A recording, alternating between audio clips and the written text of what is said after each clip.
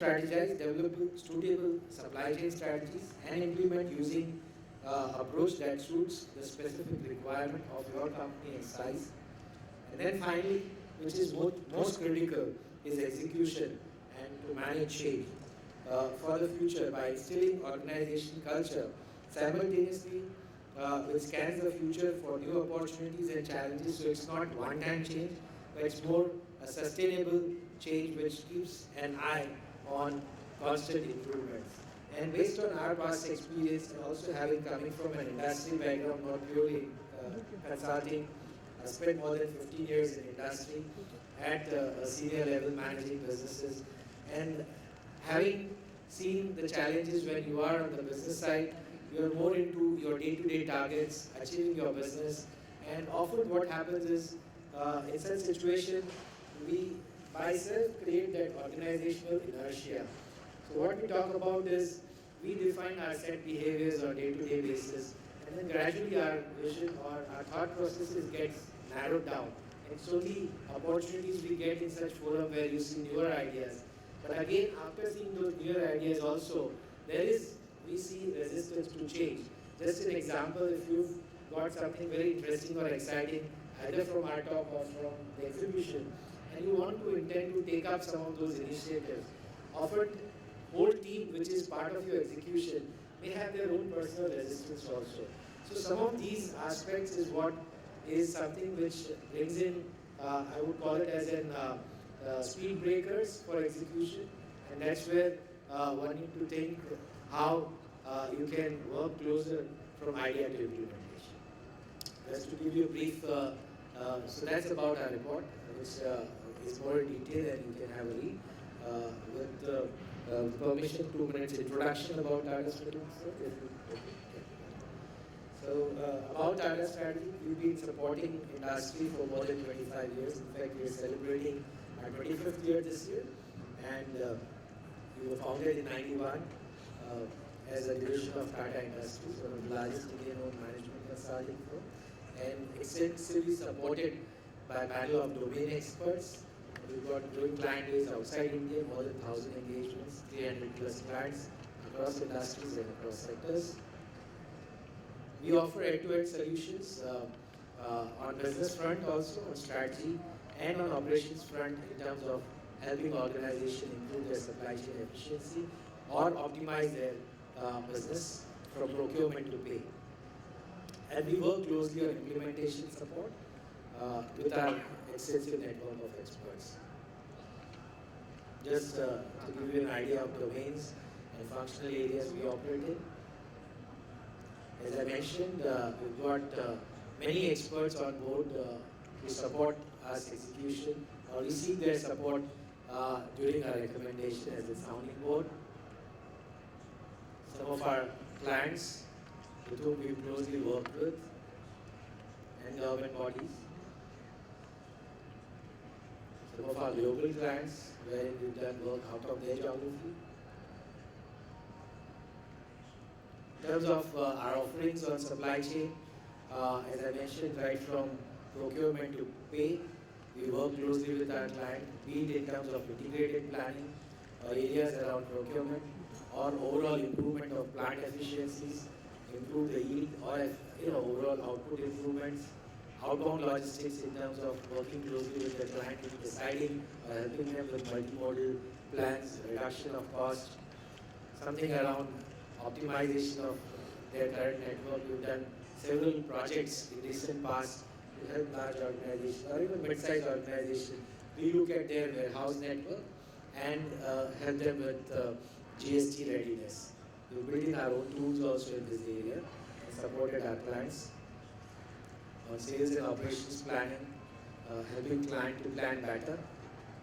And in fact, we'll be having our session during the day-to-day post-lunch, where our experts also are here. We will be conducting a masterclass supporting on how to synchronize demand and capacity and talking about overall how to optimize the inventory and work around that. So we have our own tools and techniques. Our team has worked on each of these areas, be it planning and distribution, on transportation, on warehousing, and value addition.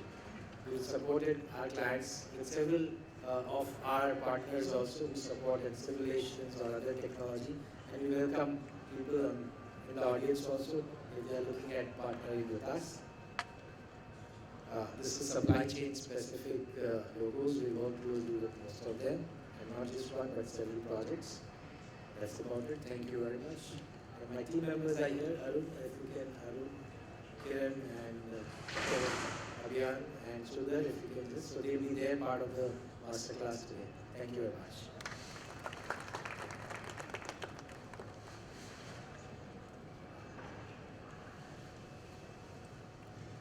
Now we have Mr. Vikram Paul. He's the Regional Managing Director for Cargo Partners Logistics India. Vikram has a very checkered career background, and he's been a global citizen in that sense. And is a every single highlight is important for me to note, but then the most important out of this I find is leadership and people development quality of Vikram. And in today's context, with Make in India doing the rounds, with so many other initiatives coming in, with so much of energy in the marketplace, I think it is the right platform for Vikram to lead us to. Please come.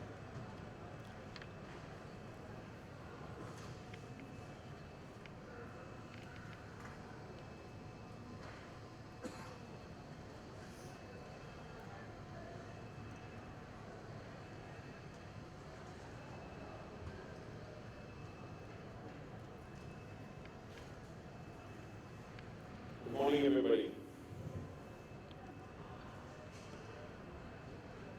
So, our distinguished panelists, Mr. Chaudhary, Mr. Narayan, and Mr. Manish Panchal, good morning, and it's really a pleasure to be a part of this distinguished panel that represents various aspects of the industry, various aspects of our business at the highest level.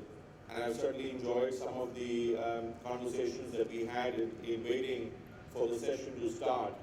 The first one I'll make a mention of is my introduction to Mr. Chaudhary, when we talked about the value of compete and collaborate, which I think is one of our strategies and one of our value propositions as well, is our ability to be able to really look at Cargo Partner becoming a partner with many interested parties and businesses that bring synergy to our strategic direction and to our value proposition as a company.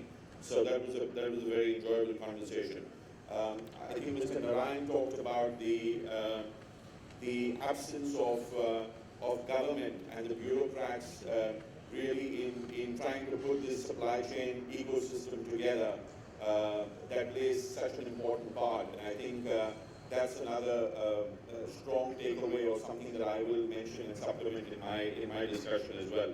And I think Mr. Manish talked about the various broad aspects of our business today, and the fact that there are various stakeholders in play in various aspects of the business that are looking at consulting services and looking at practices such as the Tatas, which I think is an interesting pitch to the whole thing as well. So I'll start off by saying, typically when you look at freight logistics services, they comprise of the following areas. You have transportation, including air, water, rail, and road. This is one part of the whole ecosystem in terms of logistics. I think it's really the most visible part, and probably the part where every company has a face and a brand to be able to support it.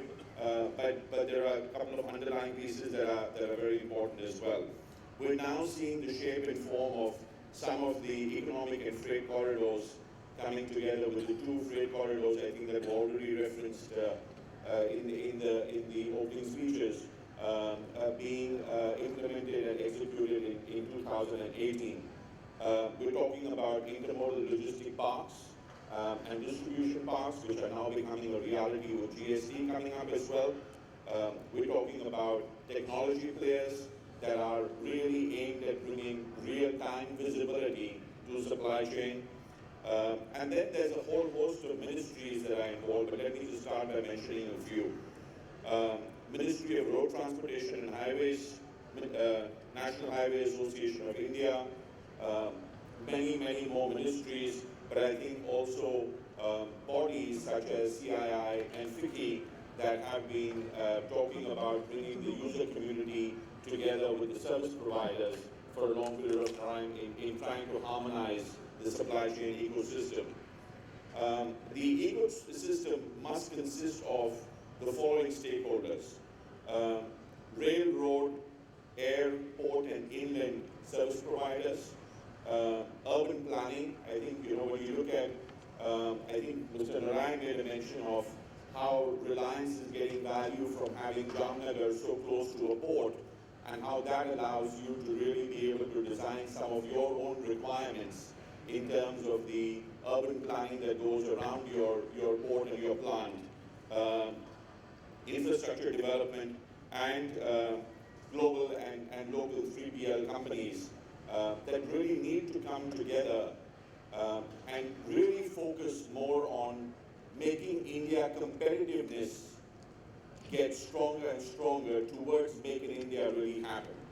So the part that I'm referring to is, today when China was on a similar journey probably 2 decades ago, China was very focused on things like inland service costs must go down from X% to X% to be able to make Chinese manufacturing successful in global markets.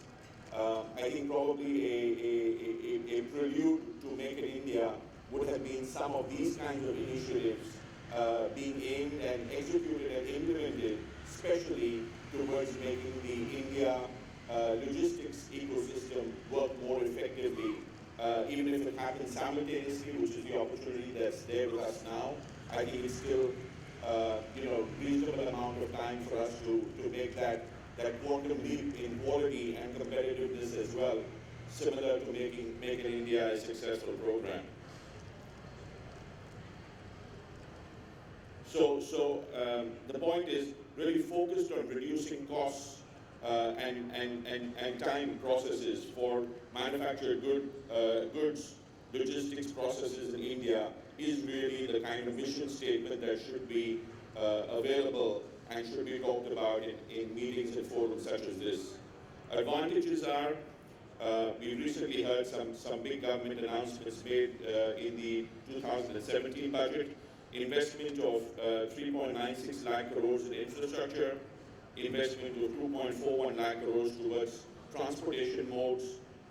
These are, even given the size of India, these are really big numbers, but need to come together towards that particular mission statement or towards that particular aim and purpose. Then I think we're really going to start seeing momentum and mobilization of this program at a much higher degree.